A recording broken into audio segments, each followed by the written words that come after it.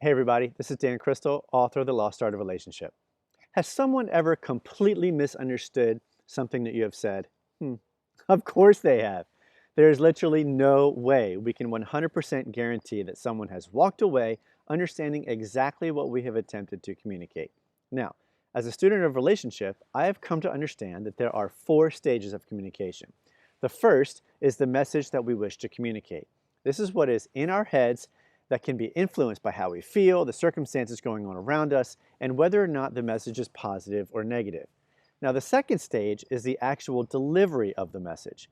So much can deter this stage of communication and skew its success. It is critical that we find the right time to deliver the message and also do our best to be sensitive to where the person is emotionally, relationally, or otherwise. Now, the third stage of communication is the reception of the message. And so much can deter this stage of communication and skew its success. Their dog or cat could have peed on their carpet that morning. Someone could have cut them off on the way to the conversation.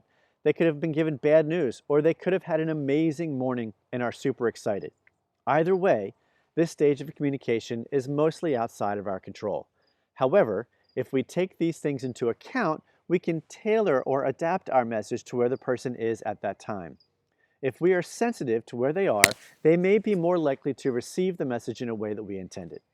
Now, if the first stage is the message, and the second stage is the delivery, and the third stage is the reception, the fourth stage of communication is the interpretation of the message that we just delivered.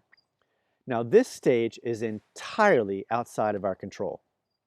So many things can influence that message when it enters their minds. If it's a correction, they can overanalyze it, stew on it, blow it out of proportion.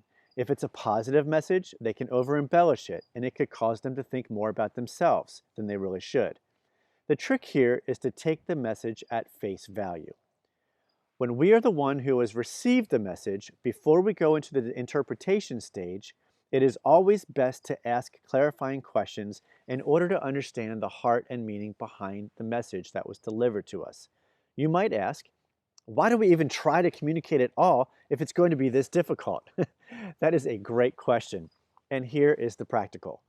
We simply cannot avoid communication. However, we can mitigate it and have more successful communication when we take the time to think of others first. Remain sensitive to where the person may be emotionally at that moment and adapt our delivery to the moment. If we do these things, we will live every day with intention. Have a great time communicating. Bye for now.